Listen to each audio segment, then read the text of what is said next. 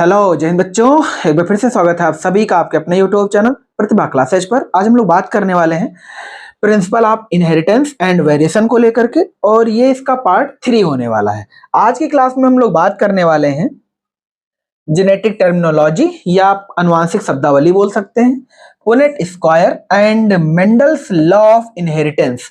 आज की क्लास में हम लोग मेंडल्स के दो लॉ को समझेंगे, है ना। एक तो डोमिनेंट रूल और दूसरा सेग्रीगेशन रूल। आप इसे हिंदी में प्रभाविता का नियम और पृथक्करण का नियम समझ सकते हैं। तो चलिए शुरू करते हैं बिना किसी देरी के। हर क्लास की भांति थोड़ा सा रिवीजन करके आगे बढ़ते हैं, है ना। तो आपके सामने जो रिकॉल में टर्म आते हैं, एक्चुअल में वो पिछली क्लासों के टर्म होते हैं जो आपने पार्ट 1 और पार्ट 2 में देखे होते हैं। तो समझते हैं यहाँ पर एलील रिप्रेजेंटेशन को। एलील रिप्रेजेंटेशन में आप समझते हैं जो कलर ऑफ पी का एग्जांपल होता है, उसमें दो कलर होते हैं, एक तो येलो और दूसरा ग्रीन। येलो कलर और ग्रीन कलर जो कि एक्चुअल में इसके एलील होते हैं। येलो कलर को हम रिप्रेजेंट करेंगे कैपिटल वाई से और वहीं ग्रीन कलर को हम रिप्रेजेंट करेंगे स्मॉल वाई से, है ना। तो यहाँ पर एक पॉइंट लिखा हुआ, इसे आप याद कर सकते हैं। एवरी डिप्लॉयड ऑर्गेनिज्म मतलब प्रत्येक द्विगुणित जीव हैज 2 कॉपीज ऑफ एलील, मतलब वो एक लक्षण के 2 कॉपियां रखता है।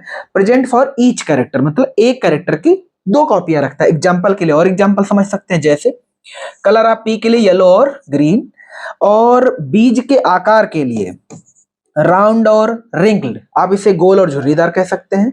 यहाँ पर फली है तो आप इन्फ्लेटेड समझ सकते हैं और कॉन्स्ट्रिक्टेड समझ सकते हैं। ये पुष्प का कलर है, ये वाला प्रभावी लक्षण है जो कि वायलेट होता है, और अप्रभावी लक्षण जिसको आप व्हाइट कह सकते हैं, ठीक है ना। चलिए बढ़ते हैं आगे। नेक्स्ट बात करेंगे हम लोग ट्रेट को लेकर के, है ना।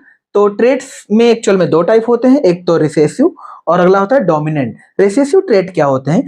रिसेसिव को हिंदी में बोल सकते हैं अप्रभावी, आप इसे अप्रबल भी बोल सकते हैं। तो अप्रभावी ट्रेट्स वे ट्रेट्स होते हैं जो F1 पीढ़ी में तो गायब रहते हैं, मतलब trait that disappeared in F1 generation but reappears in F2, मतलब वो F2 पीढ़ी में दिखाई देते हैं और F1 पीढ़ी में गायब रहते हैं। अप्रभावी ट्रेट्स कहलाते हैं या कहें अप्रभावी लक्षण कहलाते हैं। वहीं पर जो डोमिनेंट होता है आप इसे प्रभावी कह सकते हैं, और प्रभावी वे ट्रेट्स होते हैं जो दोनों ही जनरेशन में आपको क्लियर दिखते हैं, F1 में भी और F2 में भी। ये इसका डोमिनेंट ट्रेट होता है। और आपको डोमिनेंट और रिसेसिव दोनों ही पीछे बता दिए गए थे, सातों में कौन डोमिनेंट रहता है और कौन रिसेसिव रहता है। बात करते हैं आगे मोनो हाइब्रिड क्रॉस को लेकर के। मोनो हाइब्रिड क्रॉस होता क्या है एक्चुअल में? जैसे मान लीजिए एक हमने एग्जांपल लिया ग्रीन सीड, कौन सा सीड? ग्रीन सीड और येलो सीड। याद रखना है मटर की बात हो रही है, तो येलो सीड और ग्रीन सीड आप सभी जानते हैं। जो येलो सीड है ये इसका डोमिनेंट कैरेक्टर है, वहीं जो ग्रीन सीड है वो इसका रिसेसिव कैरेक्टर है ना। यहाँ पर आप एक को हम मेल की तरह ट्रीट करेंगे और दूसरे को एज अ फीमेल ट्रीट करेंगे। तो आप क्लियर देख पा रहे होंगे कि येलो सीड को एज अ फीमेल ट्रीट किया जा रहा है और वहीं ग्रीन सीड को एज अ मेल ट्रीट किया जा रहा है। अब चूंकि तुम्हें याद होगा जो मटर का पुष्प होता है वो तो बाइसेक्सुअल होता है। अब बाइसेक्सुअल को यूनिसेक्सुअल कैसे माने, मेल फीमेल कैसे कन्वर्ट करें? वो सिंपल सा जुगाड़ है। जैसे मान लेते हैं कि हमने येलो वाले सीड के फ्लावर को लिया और इसके मेल वाले हिस्से को कट कर दिया। ये जो आप अलग हुआ हिस्सा देख रहे हैं कैंची की सहायता से, ये स्टेमन है। स्टेमन पुष्प का नर भाग होता है। अब तुम बताओ अगर किसी पुष्प के जो कि बाइसेक्सुअल था, अगर उसका हम नर वाला हिस्सा कट कर दे बाई सीजर, तो क्या वो पुष्प एज अ फीमेल कार्य करेगा? तो मतलब ये वाला जो पुष्प हो गया तुम्हारा वो भैया फीमेल पुष्प हो गया। कैसा पुष्प हो गया? फीमेल पुष्प। वहीं पर जो ग्रीन सीड जो कि एज अ मेल पुष्प काम कर रहा है, अब यहां से इसके हम पुष्प के जो परागकण है उनको ब्रुश की सहायता से, किसकी सहायता से? ब्रुश की सहायता से झाड़ लेंगे और झाड़ करके कहां पहुंचा देंगे? फीमेल पुष्प के वर्तिकाग्र पर, जिसे आप इंग्लिश में स्टिग्मा बोलते हैं। स्टिग्मा पर पहुंचाने की क्रिया क्या कहलाएगी? क्रॉस पॉलिनेशन कहलाएगी। उम्मीद करते हैं आप समझ गए होंगे, और यही चीज इसमें पॉइंट वाइज लिखी भी है। हमने पिछले क्लासों में इस पर चर्चा कर ही ली थी, तो ज्यादा अपने को कोई चर्चा नहीं करनी। अब क्या होगा, यहां पर आपको क्रॉस पॉलिनेशन के बाद फर्टिलाइजेशन दिखाया जाएगा, और फर्टिलाइजेशन के बाद क्या होगा तो समझते हैं यहाँ पर पॉइंट वाइज। पोस्ट फर्टिलाइजेशन मतलब आफ्टर फर्टिलाइजेशन कार्पल जो होगा, जो स्त्री केसर होगा, वो चेंज हो जाएगा किसमें? पॉड में। पॉड का मतलब होता है फली, ये वाली चीज। और ओव्यूल्स जो इसके होंगे वो सीड बना देंगे, मतलब इसमें जो ऐसे दाने होंगे वो दाने क्या बना देंगे? सीड, है ना। और ये सीड ही एक्चुअल में कौन सी जनरेशन को शो करेंगे, F1 जनरेशन। आप क्लियर देख पा रहे होंगे कि सभी के सभी सीड येलो कलर के हैं। कौन से कलर के हैं, येलो कलर के हैं। तो F1 पीढ़ी में क्या केवल वही लक्षण दिखाई देता है जो कि डोमिनेंट होता है, जो रिसेसिव कैरेक्टर है जो कि ग्रीन इसके साथ था वो इसमें दिखाई नहीं देता है। So these pea seeds are sown and allowed to germinate, thus giving the F1 generation of plants. All the plant of F1 generation were found by Mendel, मतलब जो मेंडल द्वारा प्राप्त किए गए, to contain yellow colored seed, यानी कि वो सभी कौन से वाले सीड थे, येलो कलर्ड सीड्स थे। क्या मेरी बात क्लियर समझ में आई? नेक्स्ट बात करते हैं, यानी मोनोहाइब्रिड क्रॉस में जो F1 जनरेशन होता है उसमें केवल डोमिनेंट कैरेक्टर ही शो होता है। नेक्स्ट बात करते हैं मेंडल्स प्रोपोजिशंस को लेकर के, जिसमें हम ये समझते हैं, एक मान लीजिए दो प्लांट आपको दिखाए जा रहे हैं, एक पेरेंट 1 की तरह ट्रीट कर रहा है और दूसरा पेरेंट 2। सिंपल कहें तो एक इसमें एज अ फीमेल काम कर रहा है और दूसरा वाला प्लांट एज अ मेल काम कर रहा है। अब यहां से क्या होगा, एक एक कॉपी निकल के आएगी और इससे एक नई संतान बनेगी। नई संतान को इंग्लिश में क्या बोलते हैं, ऑफ स्प्रिंग बोलते हैं। अब जो नया पौधा उत्पन्न होगा, आप क्लियर जानते हैं कि एक कॉपी किसकी होगी, पेरेंट 1 की, और दूसरी कॉपी होगी पेरेंट 2 की। चलो समझते हैं यहाँ पर, ईच पेरेंट कंट्रीब्यूट्स, मतलब प्रत्येक जो जनक है वो कंट्रीब्यूट करता है 1 कॉपी ऑफ ट्रेट, मतलब ऑफ स्प्रिंग के बनाने में एक कॉपी भेजता है ना, 1 copy of trait two of spring.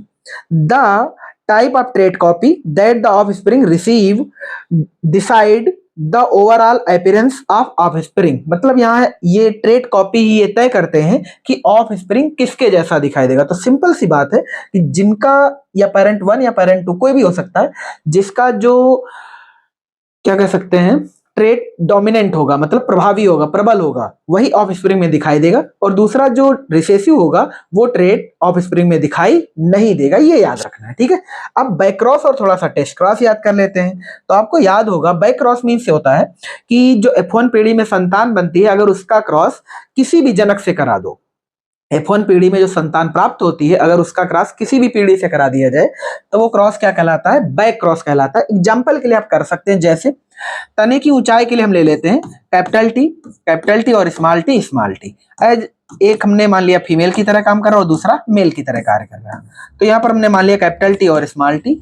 ऐसे ही यहाँ पर इसको बना लिया कैपिटल टी और स्मॉल टी। तो ये होगी अपनी F1 जनरेशन। कौन सी जनरेशन, F1।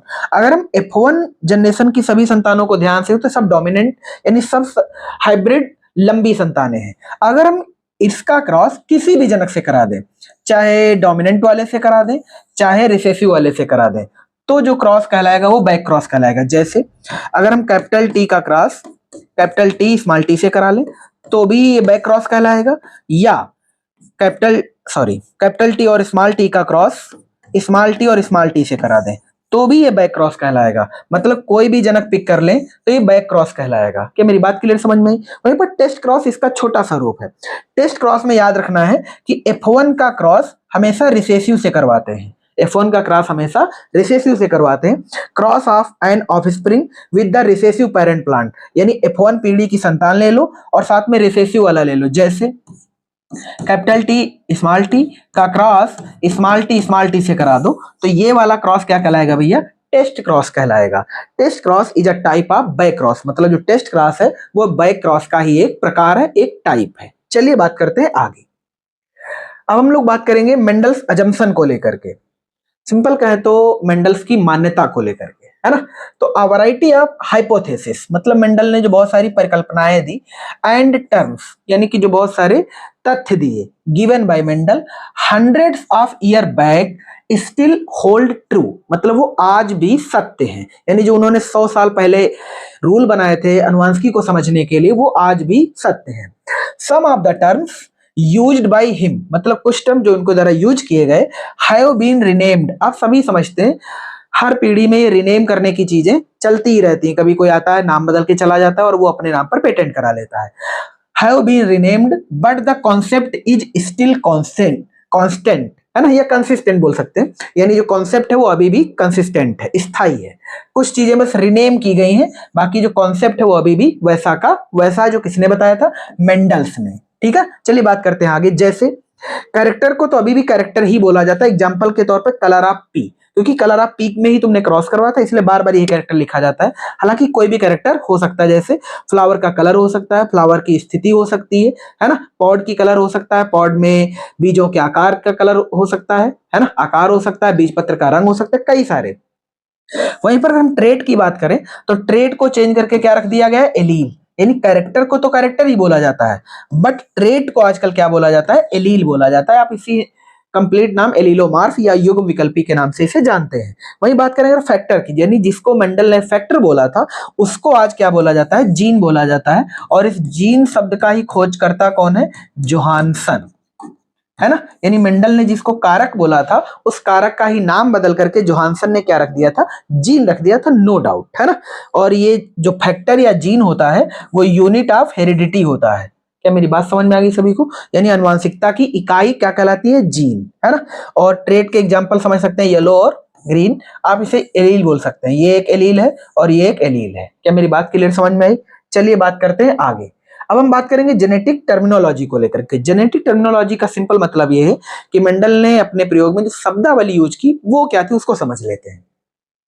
तो दो वर्ड यहां पर समझाए जाएंगे आपको, एक तो फिनोटाइप और दूसरा वर्ड है जीनोटाइप। बहुत सिंपल भाषा में कहें तो किसी जीव के वे लक्षण जो तुम बाह्य रूप से देख सकते हो, उन्हें समझ सकते हो, उन्हें बता सकते हो। जैसे किसी जीव को देखकर या किसी मनुष्य को देखकर के आप क्या क्या बता सकते हैं कि इसका रंग सांवला है, गोरा है, काला है, लंबाई इसकी कम है, ज्यादा है, बाल इसके कैसे हैं, ये सब जो चीजें आप बताते हो ना, ये एक्चुअल में उसका फिनोटाइप है। अब जीनोटाइप कौन सी चीज है, जिनकी वजह से वो लक्षण है। जैसे मान लीजिए आंखों का भूरा रंग, वो किसी ना किसी जीन की वजह से है। आंख, बालों का सफेद रंग, बालों का काला रंग, ये किसी ना किसी जीन की वजह से है। तो जो जीन जिम्मेदार होता है वो उसको बोलते हैं जीनोटाइप। समझते हैं इस चीज को। The character of an organism which is observable, मतलब जो आप समझ सकते हैं, देख सकते हैं, वो उसका फिनोटाइप कहलाता है। वही जीनोटाइप क्या होता है, the actual genetic makeup of the organism, मतलब जिसकी वजह से वो तुम ऑब्जर्व कर पा रहे हो वो चीज क्या कहलाती है, जीनोटाइप कहलाती है। जैसे ये दिखने में येलो है, ये दिखने में ग्रीन है, तो येलो और ग्रीन ये इसके क्या है, फिनोटाइप है। वहीं ग्रीन के लिए स्मॉल वाई जिम्मेदार है और येलो के लिए कैपिटल वाई या कैपिटल वाई स्मॉल वाई दोनों जिम्मेदार हो सकते हैं। तो ये इनके क्या है, जीनोटाइप है। उम्मीद करते हैं फिनोटाइप और जीनोटाइप को समझने में कोई दिक्कत नहीं आई होगी। अब एक छोटा सा क्वेश्चन समझ लेते हैं।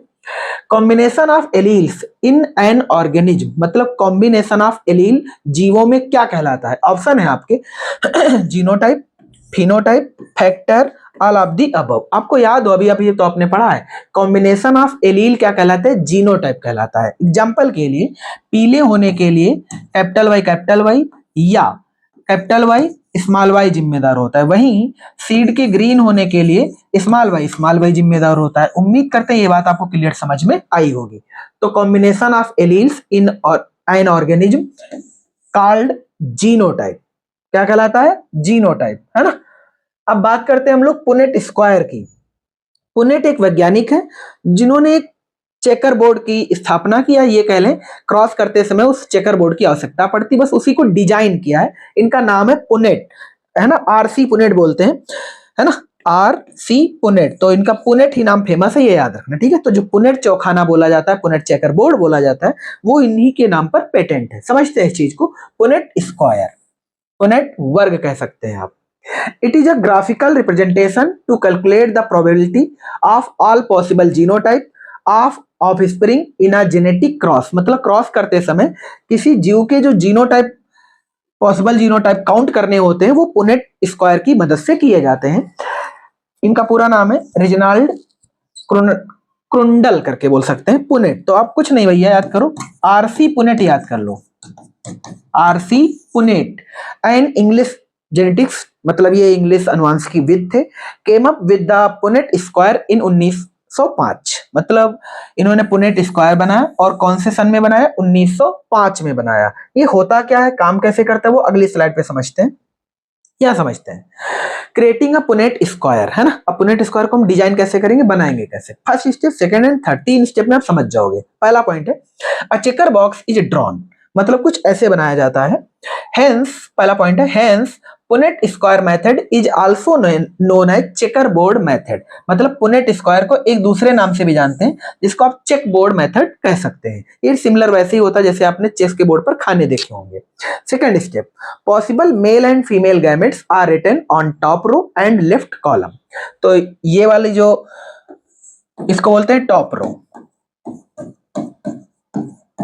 है ना, और ये डाउन रो कह सकते हो, और ये भैया है कॉलम, है ना, ये क्या है कॉलम। तो इसको कॉलम बोलते हैं और इसको रो बोलते हैं। ये लेफ्ट रो है और ये राइट रो है, ये टॉप रो है और ये डाउन रो है ना।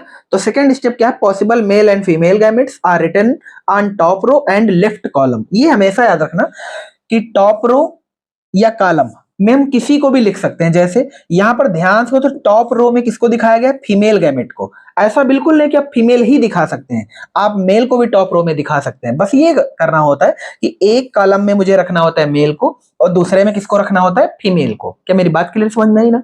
तो देखो ये फीमेल गैमेट दोनों दिखाएगा और यहाँ पर दोनों के दोनों मेल गैमेट दिखाएगा। अब यहाँ पर आपको क्रॉस किया गया, जैसे इस वाले का क्रॉस इससे होगा, फिर इस वाले का क्रॉस इससे होगा और इसको यहाँ पुट किया जाएगा और इस वाले क्रॉस का आंसर यहाँ पुट किया जाएगा। सिमिलर इस वाले का क्रॉस इससे करेंगे, यहाँ आंसर पुट करेंगे, इस वाले का क्रॉस इससे करेंगे और यहाँ पर आंसर पुट करेंगे। क्या मेरी बात क्लियर समझ में, बहुत बेसिक सा कॉन्सेप्ट है। थर्ड स्टेप क्या होता है, all possible allelic combinations are then populated in the squares, मतलब स्क्वायर में उन्हें फिल किया जाता है, के लिए रखा जाता है। चलिए बात करते हैं आगे। अब एक्सपेरिमेंट को समझते हैं। यहाँ पर बहुत बेसिक से कॉन्सेप्ट है। तो ये पेरेंटल पीढ़ी है और ये इनके गैमेट है। तो पेरेंटल पीढ़ी में ये भैया येलो सीड को दिखाया गया, पीछे तुमने देखा था येलो सीड को एज अ फीमेल ट्रीट किया गया था और यहाँ पर ग्रीन को एज अ फीमेल ट्रीट किया जा रहा है। आपने इसकी पहले वाली क्लास में एक रेसिप्रोकल क्रॉस पढ़ा था जिसका सेंस ये बताया गया था आपको कि इनके गैमेट के जनक बदलने से रियल आंसर पर कोई प्रभाव नहीं पड़ता है। मतलब जो फिनोटाइप का अनुपात 3:1 आता है और जीनोटाइप का अनुपात 1:2:1 आता है। तो इनके गैमेट के जनक बदल देने से इन रेशियो पर कोई प्रभाव नहीं पड़ता, ये हमेशा याद रखना है, ठीक है ना। तो बात करते हैं यहाँ पर येलो सीड के लिए भैया, ये जो कि प्योर ब्रीड है तो दोनों कैपिटल वाई लिए जाएंगे। अब इनके दोनों के हम युग्मक यहाँ पर बना लेते हैं, गैमेट बना लेते हैं। सिमिलर ग्रीन सीड के लिए दोनों भैया स्मॉल वाई, तो इनके हमने दो गैमेट बना लिए, स्मॉल वाई और स्मॉल वाई। अब क्या करेंगे, इस कैपिटल वाई और स्मॉल वाई का क्रॉस कर लेंगे। जब इनका क्रॉस किया जाएगा तो गैमेट बनेगा या जो अपना जाइगोट या संतान बनेगी वो बनेगी कैपिटल वाई और स्मॉल वाई। सभी को पता है कि डोमिनेंट लक्षण दिखता है, किसी भी जीव का मेंडल के हिसाब से जो डोमिनेंट लक्षण है वो ही दिखाई देता है, रिसेसिव कैरेक्टर उस संतान में दिखाई नहीं देता है। तो ये वाली जो संतान होगी वो भैया पीले बीज वाली होगी, मतलब येलो वाली होगी, ये भी पीला ही होगा, है ना। तो यहाँ पर कुछ पॉइंट दे रखे आंकड़े, उन्हें पढ़ते चलते हैं फिर आगे बढ़ते हैं। Gametes from parents yellow seed and green seed, बस आपको ये याद रखना है कि कौन डोमिनेंट है और कौन रिसेसिव है। तो सीड के मामले में जो येलो कलर है वो डोमिनेंट कलर है और जो ग्रीन कलर है वो रिसेसिव कलर है। इसका मतलब F1 पीढ़ी में केवल और केवल येलो दिखने वाला है। Fuse to form the F1 generation. All the F1 generation seed hence formed have the same phenotype and genotype. यानी यहाँ का जो phenotype और genotype होगा वो सेम टू सेम होगा, क्योंकि ये 1:0 रहेगा। मतलब 1 में पीला आ जाएगा और 0 में ग्रीन आ जाएगा, क्योंकि 0 वाले तो है ही नहीं है को। Phenotype yellow seeded plant and genotype capital Y और स्मॉल वाई, यानी इन सभी का जो जीनोटाइप होगा वो कैपिटल वाई स्मॉल वाई होगा और इनका जो फिनोटाइप होगा वो क्या होगा भैया, पीला कलर होगा। उम्मीद करते हैं आपको ये एक्सपेरिमेंट क्लियर समझ में आया होगा। और ये कौन सी पीढ़ी की बात हुई, F1 जनरेशन, ये हमेशा याद रखना। चलो बात करते हैं आगे। अब आगे इसको हम देखते हैं पुनेट स्क्वायर पर, है ना। तो Punnett square monohybrid cross F1 पीढ़ी, ये जो आपको क्रॉस दिखाया गया एक्चुअल में F1 पीढ़ी के लिए। तो यहाँ पर थोड़े अक्षर इधर उधर हो गए तो आपको बताते हैं क्लियर करके। एक ये टॉप रो में किसको दिखाया गया है, फीमेल को। क्या हमने बताया था, आप ये चेंज कर सकते हैं, इसमें कोई बुराई नहीं। और ये लिखा थोड़ी जाता है, बस आपको यहाँ पर लिखना पड़ता है कि एक तरफ हमने मेल माना और एक तरफ हमने फीमेल माना है। यहाँ ध्यान से देखेंगे तो ये स्मॉल वाई है और स्मॉल वाई है, इसका मतलब है कि ये रिसेसिव जनक है ना, शुद्ध ब्रीड है। और यहाँ पर कैपिटल वाई और कैपिटल वाई माना गया है, यानी हमें F1 पीढ़ी में क्रॉस करना है ना, तो इसको हमने मान लिया मेल और इसको मान लिया फीमेल। अब कैपिटल वाई का स्मॉल वाई से जब क्रॉस करेंगे तो क्या बनेगा, कैपिटल वाई और स्मॉल वाई। फिर कैपिटल वाई का स्मॉल वाई से करेंगे तो कैपिटल वाई और स्मॉल वाई। फिर कैपिटल वाई का इस कैपिटल वाई से करेंगे तो क्या बनेगा, कैपिटल वाई स्मॉल वाई। और कैपिटल वाई का स्मॉल वाई से करेंगे पुनः बनेगा कैपिटल वाई और स्मॉल वाई। तो F1 जनरेशन में तुमने ध्यान से अगर नोटिस करा हो तो क्या कैपिटल अक्षर को ही देखना होता है? तो ध्यान से, तो ये भी येलो होगा, ये भी येलो होगा, ये भी येलो होगा और ये भी येलो होगा। हमें फिनोटाइप देखने के लिए हमेशा केवल कैपिटल अक्षर पर ही ध्यान देना है, स्मॉल लेटर से फिनोटाइप से कोई लेना देना नहीं है। इसका मतलब सभी जो संतानें F1 जनरेशन की होंगी वो सबकी सब भैया येलो होंगी, मतलब वो 100% होगा, है ना। तो genotype of F1 generation, 100% of F1 generation है जीनोटाइप वाई, कैपिटल वाई और स्मॉल वाई। तो सभी का जो जीनोटाइप है वो कैपिटल वाई और स्मॉल वाई है, और सभी का भैया जो फिनोटाइप है वो भैया येलो सीड है। उम्मीद करते हैं इसमें कोई किसी बच्चे को कोई डाउट नहीं होगा। ये हमने बात F1 जनरेशन की है, तो जो बात यहाँ की गई वो बात पीछे भी क्लास में की गई थी, अभी जस्ट वाली स्लाइड पर। बस अंतर ये कि वो नॉर्मल दिखाया गया था और ये पुनेट स्क्वायर पे दिखाया जा रहा है। अब बात करते हैं उसकी इमेजेस को लेकर के। यहाँ पर ध्यान से देखेंगे तो ये वही क्या बोल सकते हैं, शुद्ध नस्ली अप्रबल पीढ़ी है और ये शुद्ध नस्ली प्रबल पीढ़ी है। क्या कैपिटल वाई स्मॉल वाई से जब क्रॉस करेगा तो भैया सबके सब येलो ही बनेंगे। यहाँ पर बस उसकी इमेज दिखाई गई है, तो सेम बातें ही हैं सब, बस आपको समझने के लिए इमेज दिखा दी गई है ना। चलो अब यहाँ समझते हैं, मेंडल एक्सपेरिमेंट को थोड़ा सा आगे बढ़ाते हैं हम लोग। अब ध्यान से देखो अगर, तो ये F1 जनरेशन पर कहानी हमने खत्म की अभी अभी, जो कि कैपिटल वाई और स्मॉल वाई, यानी सभी के 100% जीनोटाइप कैपिटल वाई और स्मॉल वाई हैं, और सभी का फिनोटाइप येलो सीड है ना। अब बात करते हैं हम लोग इस पीढ़ी के आगे। तो ध्यान से देखो, तो इसके जो गैमेट होंगे वो कैपिटल वाई और स्मॉल वाई होंगे, और इस वाले का गैमेट कैपिटल वाई और स्मॉल वाई होगा। अब क्रॉस करने के लिए क्या करेंगे, इसी में एक को एज अ फीमेल मानेंगे और दूसरे को एज अ मेल मानेंगे। अब उन्हीं को बस पुनेट स्क्वायर पर क्रॉस कर लेंगे, अपने को F2 पीढ़ी मिल जाएगी, फिर हम उसके रेशियो चेक कर लेंगे। F1 generation then undergoes selfing and meiosis results in formation of 4 gametes, यानी यहाँ पर टोटल कितने गैमेट बनेंगे भैया, 4 बनेंगे। कितने बनेंगे, 4। आपको दिखाए 2 गए बट ध्यान से देखो तो 4 है। कैसे, ये कैपिटल वाई इससे क्रॉस करेगा तो एक बार बनेगा, फिर ये कैपिटल वाई इससे बनेगा तो 2 बार बनेगा, तो 2 बार एक से क्रॉस करने पर, फिर 2 बार एक से क्रॉस करने पर, तो टोटल कितने बनेंगे, 4। Further the F2 generation is form, और इससे क्या बन जाएगी, F2 जनरेशन बन जाएगी, मतलब दूसरी पीढ़ी बन जाएगी। समझते हैं दूसरी पीढ़ी, तो ये रहा आपका F2।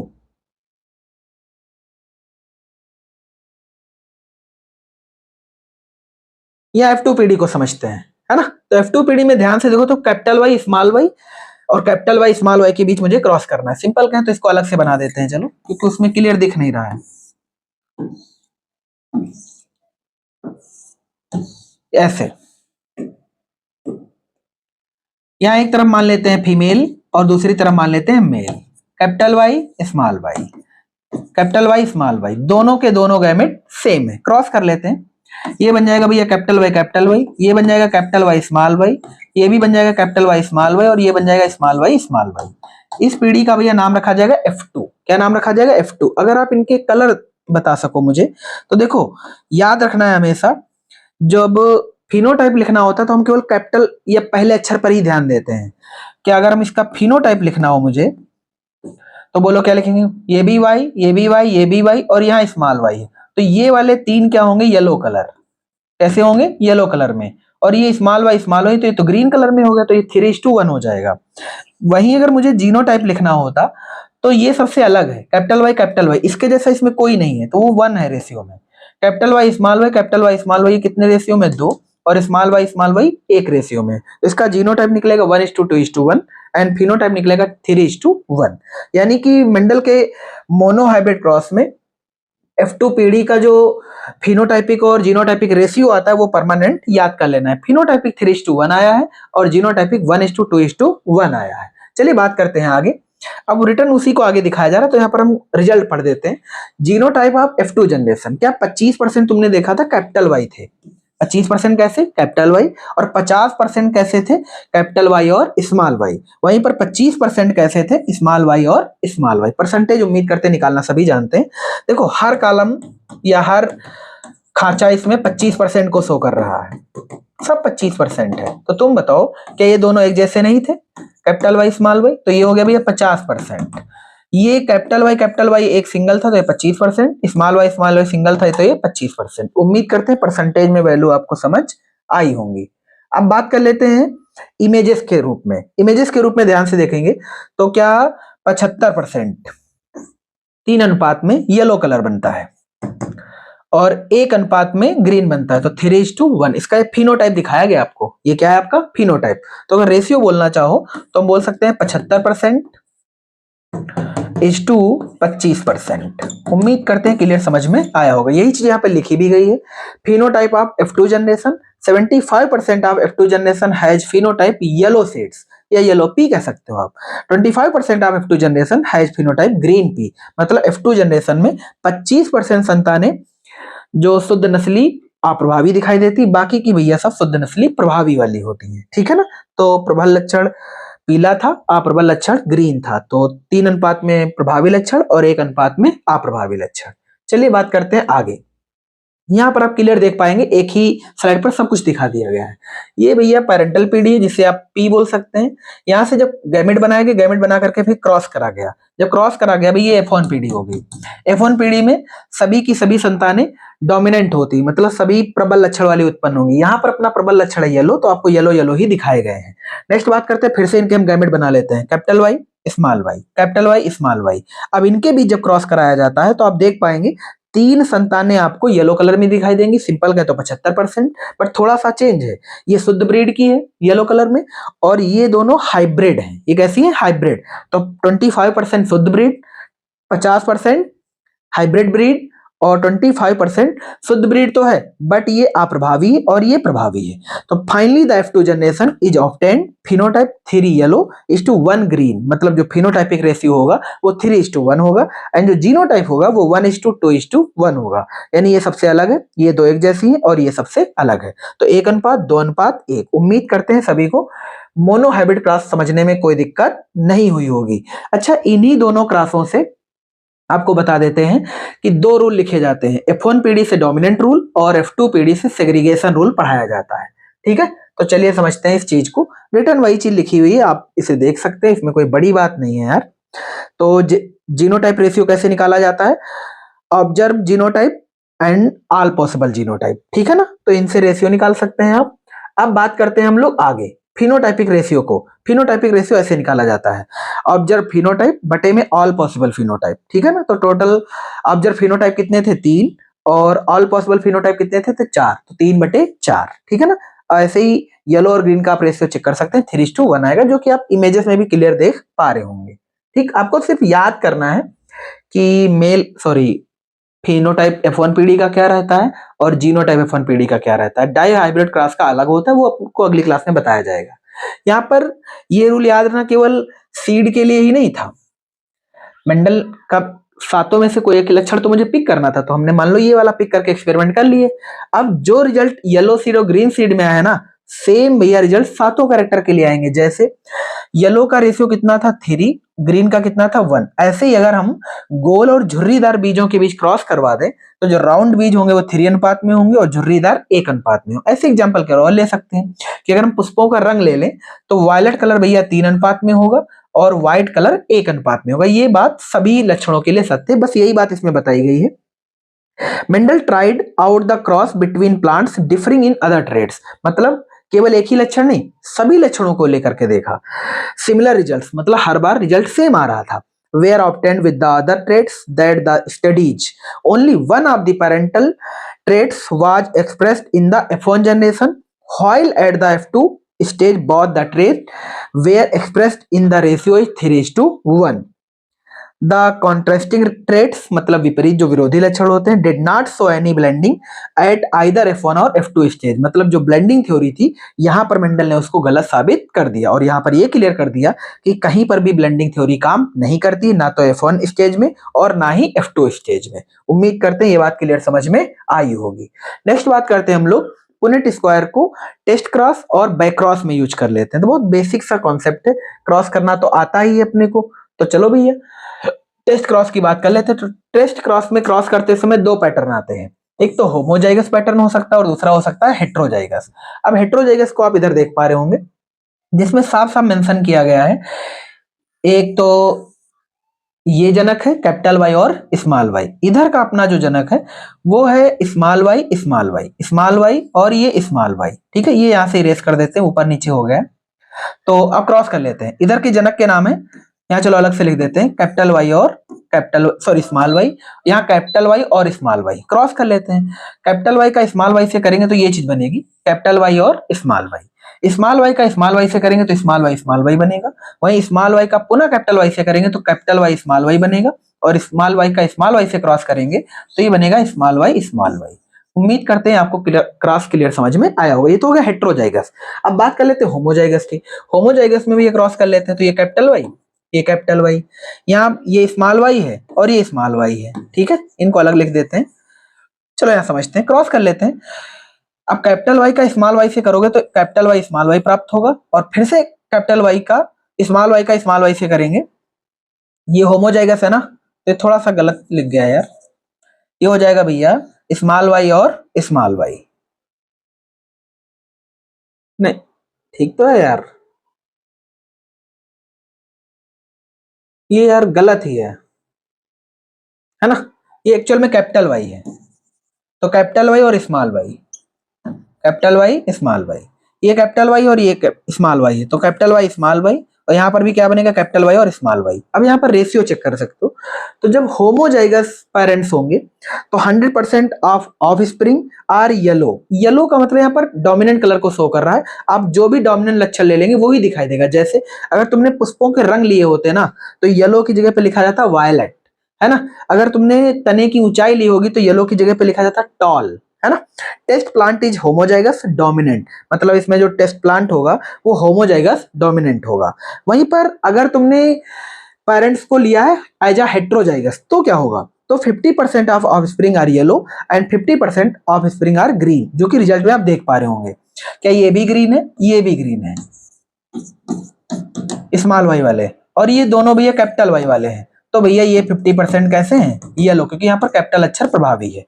Test plant is heterozygous, इस कंडीशन में जो टेस्ट प्लांट होगा वो हेट्रोजाइगस डोमिनेंट होगा। उम्मीद करते हैं आपको हेट्रोजाइगस और होमोजाइगस टेस्ट क्रॉस समझने में कोई दिक्कत नहीं हुई होगी। अब बात कर लेते हैं बैक क्रॉस की। बैक क्रॉस में आपको पहले ही बता दिया था हमने कि F1 पीढ़ी की संतान ले लो और किसी भी जनक से क्रॉस करा दो तो हो जाएगा बैक क्रॉस, है ना।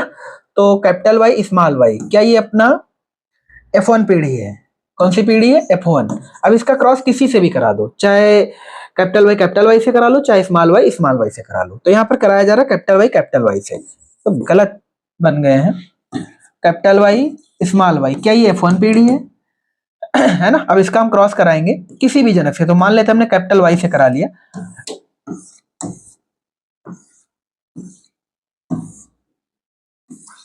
क्या एक तरफ हमने मान लिया फीमेल गैमेट और दूसरी तरफ मेल गैमेट, क्रॉस कर लेते हैं। Capital Y small Y, capital Y और कैपिटल वाई स्मॉल वाई। अगर आप देख पा रहे हो तो सबके सब 100% पीले कलर वाले बीज उत्पन्न हुए हैं। कौन से कलर वाले? पीले कलर वाले। क्या मेरी बात क्लियर समझ में आ गई सभी को? ये हो गया आपका बैक क्रॉस, ठीक है। ऐसा नहीं कि आप कैपिटल वाई से ही क्रॉस कर सकते हैं, आप ये वाला पेयर भी ले सकते हैं, कैपिटल वाई स्मॉल वाई, ये वाला पेयर भी आप चूज कर सकते हैं। याद रखना है बैक क्रॉस में हम कोई भी पेयर ले सकते हैं, चाहे कैपिटल वाई यानी प्रबल वाला भी ले सकते हैं और अप्रबल वाला भी ले सकते हैं। चलिए बात करते हैं आगे। अब यहीं से मेंडल के कुछ रूल हैं। तो मोनोहाइब्रिड क्रॉस से मेंडल के 2 रूल सामने निकल के आते हैं। तो मेंडल्स लॉ ऑफ इनहेरिटेंस कौन कौन से? तो पहला रूल आपके सामने है लॉ ऑफ डोमिनेंस, हिंदी में कहे तो प्रभाविता का नियम। कौन सा नियम? प्रभाविता का नियम। तो बस आपको क्रॉस अपने याद रखने हैं। तो अगर आपको याद हो तो F1 पीढ़ी में तुमने उतनी देर से देखा था, मेंडल ने येलो सीड और ग्रीन सीड के बीच क्रॉस कराया था, तो हर बार F1 पीढ़ी में आपको येलो सीड ही देखने को मिले थे। बस वही रूल लिखा हुआ है, when the alleles are different, यानी जब जो एलील होते हैं वो डिफरेंट होते हैं, are in the heterozygous condition. Heterozygous condition का मतलब होता है कैपिटल वाई स्मॉल वाई, ये एक हेट्रोजाइगस कंडीशन है। यानी जब दोनों के दोनों एलील डिफरेंट हो तो इसको हम हेट्रोजाइगस कंडीशन बोलते हैं। और हेट्रोजाइगस कंडीशन में केवल डोमिनेंट जो एलील होता है वो ही शो होता है, और जो रिसेसिव एलील होता है वो शो नहीं होता है। बस यही रूल क्या कहलाता है? लॉ ऑफ डोमिनेंस कहलाता है। समझते हैं, when the alleles are different or in heterozygous condition then one dominates the other, मतलब जो एक होता है वो दूसरे पर प्रभावी होता है। तो हमेशा याद रखना है बस कैपिटल अक्षर स्मॉल अक्षर पर प्रभावी होता है, ऐसा हम लोग मान के पढ़ते हैं। क्या मेरी बात समझ में आ गई ना? जैसे अगर हम बात करें पुष्प के रंग के लिए, पुष्प के रंग के लिए तो जो गुलाबी कलर होगा, सॉरी अपने पास जो लक्षण था वो भैया बैंगनी था, वो कैसा था? बैंगनी। तो जो बैंगनी वाला होगा वो प्रभावी होगा इस पर, सफेद पर। ऐसे ही तने की ऊंचाई के लिए जो लंबापन होगा पौधे का वो बोने पर क्या होगा? प्रभावी होगा। ऐसे बीजों के आकार के लिए लिखे तो गोल जो होगा वो झुर्रीदार पर प्रभावी होगा। तो यहाँ पर हमने येलो सीड और ग्रीन सीड पर चर्चा की है। तो जो F1 पीढ़ी में होंगे सभी की सभी संतानें कैसी दिखाई देंगी? येलो दिखाई देंगी, मतलब कैपिटल वाई के रूप में दिखाई देंगी। और यही capital Y over small Y dominate करेगा। समझ में आ गया ना ये? चलिए बात करते हैं आगे। अब यहां समझते हैं वापस इसके कुछ पॉइंट को। तो लॉ ऑफ डोमिनेंस, तो आपने देखा था ग्रीन और येलो, तो जो येलो कलर है वो अपना डोमिनेंस है, डोमिनेंट कलर है, और जो ग्रीन कलर है भैया वो रिसेसिव कलर है, मतलब वो अप्रभावी कलर है। तो यहाँ पर आपको जीन दिखाए जा रहे हैं, इस वाले के दो जीन लिखे जा सकते हैं, कैपिटल वाई वाई वाई और कैपिटल वाई स्मॉल वाई। ये दोनों के दोनों दिखने में येलो ही होंगे, बस अंतर ये कि ये शुद्ध ब्रीड है और ये हाइब्रिड है। ये शुद्ध ब्रीड है बट ये रिसेसिव है, तो ये सो ही नहीं होगा कैरेक्टर। समझते हैं यहाँ पर allele for yellow colour P is dominant over allele for green colour of P, मतलब जो बीजों का येलो कलर होता है वो प्रभावी होता है कौन से बीज के ऊपर या कौन से कलर के ऊपर? हरे कलर के बीज के ऊपर। ये बात मटर के लिए बोली जा रही है। ऐसे ही जीवों के लक्षण सभी जगह क्लियर किए जाते हैं कि ये वाला लक्षण इस पर प्रभावी है, तो जो प्रभावी लक्षण होगा वही शोध होगा और जो अप्रभावी लक्षण होगा वो सो नहीं होगा। Hence all the heterozygous capital Y small Y progeny, progeny का मतलब संतान होता है, of F1 where yellow coloured, यानी F1 पीढ़ी में जो भी संतानें होंगी वो सब येलो कलर की होंगी। Allele for green colour is recessive, मतलब जो ग्रीन कलर होगा वो अप्रभावी होगा। And hence it was seen only F2 generation, ये लिखा हुआ है F2 जनरेशन, यहाँ 2 चला गया है, यानी जो रिसेसिव जीन होगा या रिसेसिव एलील होगा तुम्हारा वो F1 पीढ़ी में दिखाई नहीं देगा, वो was seen only in F2 generation, मतलब जो अगली पीढ़ी आएगी इनसे युग्मक बनेंगे और इनसे नए बीज उत्पन्न होंगे, जब अगली पीढ़ी आएगी तब वहां पर ये अपने जीन या अपने कैरेक्टर शो करेगा। When both the alleles were of small y genotype in one of the four progeny कह सकते हो आप। तो जब F2 पीढ़ी में टोटल कितनी प्रोजेनी बनेंगी? 4, मतलब 4 संतानें बनेंगी। तो वहां पर एक के रूप में कितनी? एक के रूप में कौन सा जीन दिखाई देगा? Small Y. आपने इसका तो अभी क्रॉस भी कर देखा था, तो जब इसका फिनोटाइप आया था वो ये 3:1 आया था, है ना। चलिए बात करते हैं आगे। नेक्स्ट हम लोग बात करेंगे मेंडल के सेकेंड रूल की। याद रखना लॉ ऑफ डोमिनेंट मेंडल का प्रथम नियम है। लॉ ऑफ सेग्रीगेशन, हिंदी में इसे पृथक्करण रूल बोलते हैं, आप इसे प्योरिटी ऑफ गैमेट रूल भी कह सकते हैं, युग्मक की शुद्धता का नियम। आपने देखा था F1 पीढ़ी में ये बना था कैपिटल वाई और स्मॉल वाई, तो कैपिटल वाई स्मॉल, जो स्मॉल वाई था वो कैपिटल वाई में ब्लेंड नहीं हुआ था, मतलब मिश्रित नहीं हुआ था, उसने पीले कलर में अपना ग्रीन कलर मिक्सचर नहीं किया था, बल्कि स्वतंत्र रूप से इसके साथ रह रहा था। और अगली बार इसने युग्मक बना करके जब नई संतानें बनाई ना, तो अपने कलर को शो कर दिया था एक रेशियो में, या कह लें 25% में। यही चीज एक्चुअल में युग्मक की शुद्धता का नियम है, या इसे पृथक्करण रूल कहते हैं, या कह लें मेंडल का दूसरा नियम कहते हैं। समझते हैं इस चीज को। ड्यूरिंग गैमेट फॉर्मेशन, यानी जब गैमेट बनने के दौरान पेयर ऑफ एलील्स, मतलब एलील्स का जो जोड़ा होता है, सेग्रीगेट का मतलब होता है स्वतंत्र होना, पृथक होना, अलग होना, सच दैट ईच गैमेट, मतलब प्रत्येक गैमेट से रिसीव ओनली वन एलील, मतलब प्रत्येक गैमेट से एक एलील रिसीव होता है। ठीक है ना। अब इस रूल का एग्जांपल समझ लेते हैं। जैसे यहां पर आप देख पा रहे होंगे कि ये पेरेंट्स हैं येलो और ग्रीन कलर में, येलो और ग्रीन कलर में। इसे ग्रीन के लिए स्मॉल वाई एलील लिखते हैं और येलो के लिए कैपिटल वाई लिखते हैं। आपने F1 जनरेशन में नोटिस करा कि सभी की सभी जो संतानें थी वो येलो कलर में थी, बट इनका अगर तुम्हें जीनोटाइप याद हो तो कैपिटल वाई और स्मॉल वाई, मतलब इसमें स्मॉल वाई भी उपलब्ध था, बट ये अपने लक्षण शो नहीं कर रहा था। और पीछे तुमने ये भी देख लिया था कि मेंडल ने ये चीज प्रूफ कर दी थी कि ये जो संतानें थी वो येलो कलर की थी। इसमें स्मॉल वाई की वजह से येलो में कोई डिफरेंस नहीं आया था, क्योंकि स्मॉल वाई तो ग्रीन कलर था। इसका मतलब यहाँ पर कलर ब्लेंड नहीं हुआ था, मिश्रित नहीं हुआ था। अब यही जो स्मॉल वाई जिसको तुम ग्रीन कलर बोल रहे हो, ये अगली पीढ़ी में शो हो जाएगा। कितने अनुपात में? 1 अनुपात में। तो 3 देखो ध्यान से, तो येलो कलर में है और एक कैसा है, ग्रीन कलर में है, तो इसका जो रेशियो निकल के आएगा वो 3:1 होगा। इसी को बोलते हैं युग्मक की शुद्धता का नियम। मतलब स्मॉल वाई कैपिटल वाई के साथ जितने टाइम के लिए साथ साथ रहे वो इसके साथ कभी ब्लेंड नहीं होगा, कभी मिश्रित नहीं होगा, बल्कि अगली पीढ़ी में अपने लक्षण दिखाई देगा। इसी को सेग्रीगेशन रूल बोलते हैं। समझते हैं यहाँ पर, Mendel proposed this law based on the observation that there was no blending, मतलब कोई मिक्सचर नहीं होता है, mixing of allele seen in any progeny. यहाँ पर जो संतानें होती हैं इनमें जो ग्रीन कलर है वो कभी मिश्रित या मिक्सचर नहीं होता है।